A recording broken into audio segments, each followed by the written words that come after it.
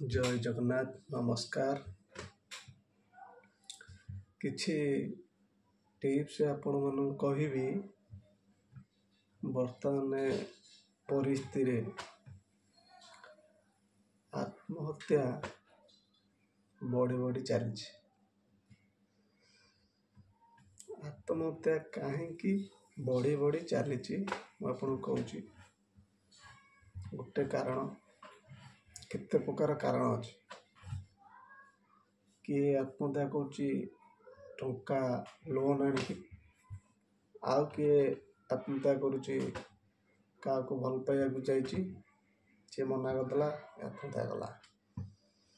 आउ के जन आत्महत्या करते घर कलिकी नहीं आउ कि स्वामी स्त्री भितर न पड़ू आत्महत्या। गोटे जिनस लक्ष्य रखले आपण ठीक से जीवन बंची पारे। गोटे गोटे जिनस है आपण कहा ऊपर डिफरेंट हाँपाई चेष्टा करेंगे नहीं। आउ जदि डिफरेंट क्या जदि आशा रखते अधिका कि ये रखते ताले आपण को लिमिट रे रखंतु। जदि आपण को लिमिट रे रखिबे ताले आपण केबे भी असुविधा हेबो नहीं। गोटे थर परीक्षा करी देखंतु, कारण आपण जनक ऊपर आशा रखिले जो कौन सी जिनस आशा रखिबे निश्चय, किंतु एमिति रखिबे नहीं जेमिति कि पूरा तापर आशा करदबा। समंतिकर जीवन अच्छे माने लोभ अच्छे है, किंतु आपण जन जो गोटे कथा बुझेबे सी ठीक से बुझी पाइला ताले आपण जानबे जे ठीक अच्छे। यदि गोटे लोक को बुझे बुझे बुझे बुझे बुझे पार ना से लोक जमा बुझब ना, कारण तांको माइंड से पृथ्वी रे जेते लोक अच्छंती जापान वाला देश सबुठारो हाएस्ट आउ डेवलपमेंट देश हो जापान। देखा गले पुरातन देश भितर, किंतु पुरातन देश भितर देखिदेवे आपण यूट्यूब चेक करेंगे सारा विश्व भितर जापान रे अधिक आत्महत्या जनित मृत्यु अधिका होउछि। कहीं आत्महत्या होउछि तार भी कारण यही बेकारिया समस्या।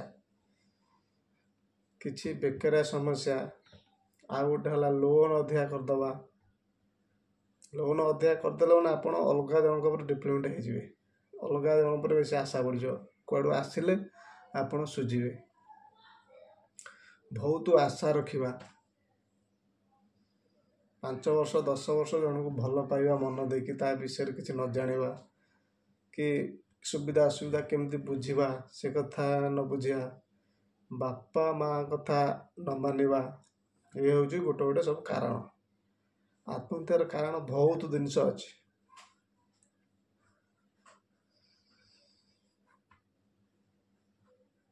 बहुत जिनस अच्छे।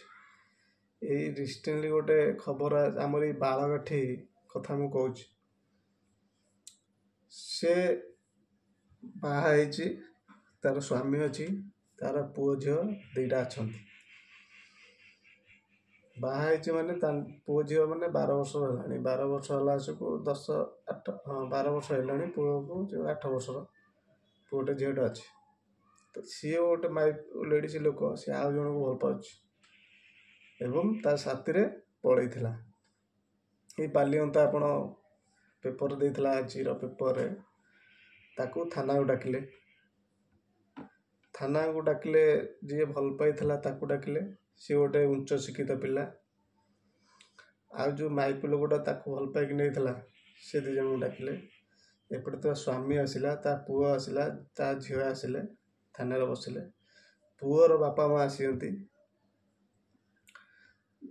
जो माइप लोकर भी बो बापा आई शाशु शशुर समस्त आई जेते बुझेले से स्त्री लोक को ता माँ पुओ झील जेते कांदिकी बुझेले एवं ଆଉ ଯିଏ ଯେତେ ବୁଝିଲେ ସେ ଲେଡ଼ିସ୍ ଲୋକ ମାନେ ମାନେ ଜିଦି ମୁଁ ତାକୁ ହିଁ ବାହା ହେଲା।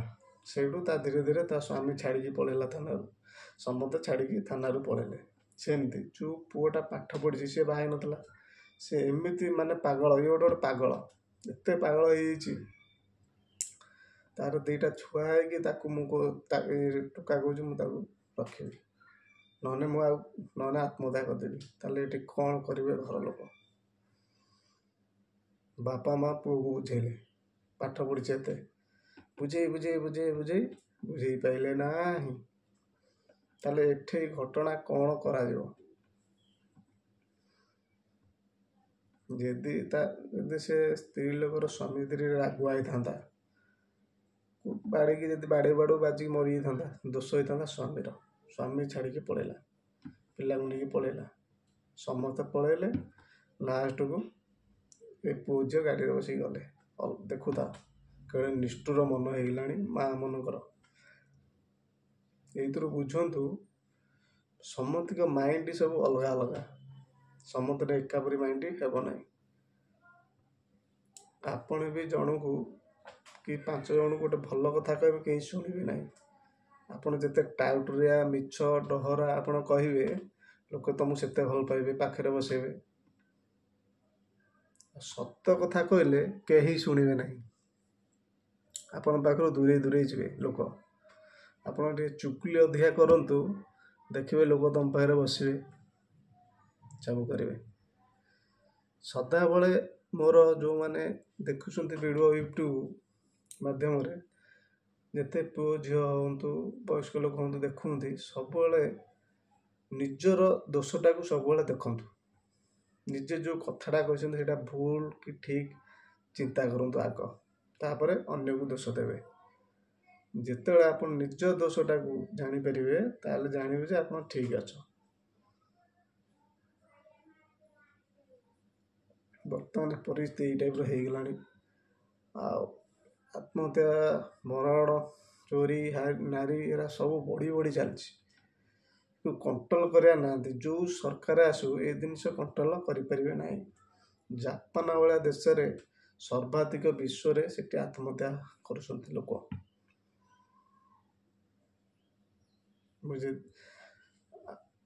ସବୁ ଜାଗାରେ କରୁଛନ୍ତି, କିନ୍ତୁ ଜାପାନରେ ହାଇଏଷ୍ଟ ଅଛନ୍ତି।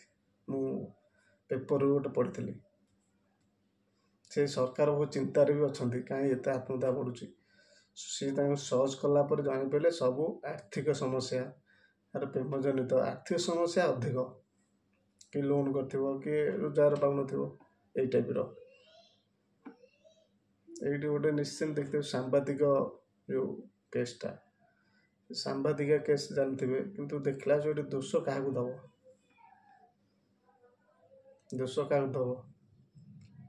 ବାପା ମା ଝିଅଟିଏ ଜନ୍ମ କରିଛି ମାନେ ସେମାନେ ଯେଉଁଠି ହେଲେ ଗୋଟେ ପୁଅଟେ ଦେଖିକି ଆପଣଙ୍କୁ ବାହାଘର କରେଇବେ, କିନ୍ତୁ ଝିଅମାନେ ସେ କଥାରେ ରାଜି ନୁହନ୍ତି। ମାନେ 80% ଝିଅ ବାପା ମାଙ୍କ କଥାରେ ମାନେ ଯାଉନାହାନ୍ତି, ସେ ନିଜସ୍ୱ କଥାରେ ଯାଉନାହାନ୍ତି। ପୁଅ ବି ସେଇଆ, ଯେଉଁଠି 80% ଝିଅ ଗଲେ 80% ପୁଅ ଥିବେ, ସେ ବି ସେଇଆ ଅବୁଝା। କିଏ କେଉଁଠି କହିଲା ମୁଁ ତମକୁ ଭଲ ପାଇଛି, ମନା କରିଦେଲା, ଇଏ ତାକୁ ବାଡ଼ିଦେଲା, ମାରିଦେଲା। ମାନେ ମୋର ଆତ୍ମହତ୍ୟା ଏ କେସ୍ ପୁରା ବଢ଼ି ଚାଲିଛି, କଣ୍ଟ୍ରୋଲ ବାହାରେ। ପ୍ରତିଦିନ ସବୁ ଦୋଷ ଆମରି। ଆପଣ ନିଜକୁ ନେତେ ଷ୍ଟ୍ରଙ୍ଗରେ ଗଢ଼ିବେ, ଆଗକୁ ଯିବେ। ଦେଖନ୍ତୁ ଏ ଯେଉଁ ବିଶ୍ୱରେ ଯେଉଁ କୋଟିପତି ଅଛନ୍ତି, ସେମାନେ କାହିଁକି ଆଗକୁ ଯାଉଛନ୍ତି? କାରଣ ସେ ଗୋଟେ ମାଇଣ୍ଡ, ତାଙ୍କର ଗୋଟେ ବିଜନେସ୍ ହଉ, ଇଏ ହଉ, ସେ ଗୋଟେ ଚାଲିଲାଣି ତାଙ୍କର। ଆପଣମାନେ ସେଇଟା ଚିନ୍ତା କରୁନାହାନ୍ତି, କେମିତି ଦେଶ ଆଗକୁ ଯିବ, କେମିତି ଆମେ ଆଗକୁ ଯିବା। ବାଣିଜ୍ୟ ହଉ, ବେପାର ହଉ, ଚାକିରି ହଉ, ଯେଉଁ ମାଧ୍ୟମରେ ଆମେ ଆଗକୁ ଯିବା, ସେ ଜିନିଷ ନାହିଁ। ଆମେ ଆଗକୁ ଗଲା ଆରମ୍ଭ ହେଲା ବେଳକୁ ଆମେ ପଶିଗଲେ ନାରୀ ପଛରେ, କିଏ ପଶିଗଲା ପୁରୁଷ ପଛରେ। ପଶିଲେ ଠିକ୍ ଅଛି, ଯଦି ମାଇଣ୍ଡ ମେକଅପ୍ କରିକି ଆଗକୁ ଯିବାର ଅଛି, ଆଉ ସେଇଥିରେ ପଶିଗଲେ। ଏଇଠି ଗୋଟେ ନିଶ୍ଚିନ୍ତ ବାଳଘାଟରେ ମୋର ଗୋଟେ ସାଙ୍ଗଟା, ତା ସ୍ତ୍ରୀ ସେ ବାହା ହେଇଥିଲା ଭଲ ପାଇକି, ତାକୁ ଘରେ ଛାଡ଼ିକି ଯାଏ କାମ କରିବାକୁ, କାଠ କାମରୁ ଆସେ ରାତିକି। ଏମିତି 2 ମାସ ଚାଲିଲା। ସେଇଠି ଗୋଟେ ବଙ୍ଗାଳୀ ମିସ୍ତ୍ରୀ 2 ଜଣ ରହୁଥିଲେ। ବଙ୍ଗାଳୀ ମିସ୍ତ୍ରୀ ଭିତରୁ ତା ସ୍ତ୍ରୀ ଜଣଙ୍କୁ ନେଇକି ପଳେଇଛି। ତାହେଲେ ଏଇ ପୁଅଟା କ'ଣ କରିବ? କାହାକୁ ଦୋଷ ଦେବ କୁହନ୍ତୁ? ତା ଘର ଲୋକକୁ ଦୋଷ ଦେଇପାରିବ ନା ସେ ଝିଅ ଘର ଲୋକକୁ ଦୋଷ ଦେଇପାରିବ ନା କେସ୍ କରିବ? ସେଇଠୁ ସେ ପୁଅଟି ଆମର ଯେଉଁ ସାଙ୍ଗଟା ସିଏ ସେମିତି 2 ମାସ ପରେ ବିଷ ଖାଇଦେଲା, ମରିଗଲା।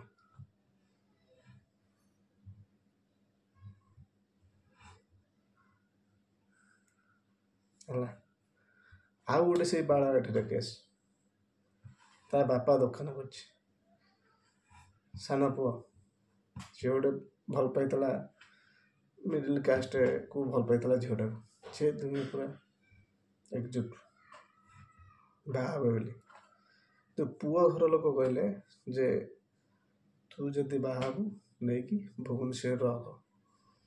ପୁଅର ବାପା ମା' ଏଇ କଥା କହିଲେ। ଠିକ୍ କହିଛନ୍ତି।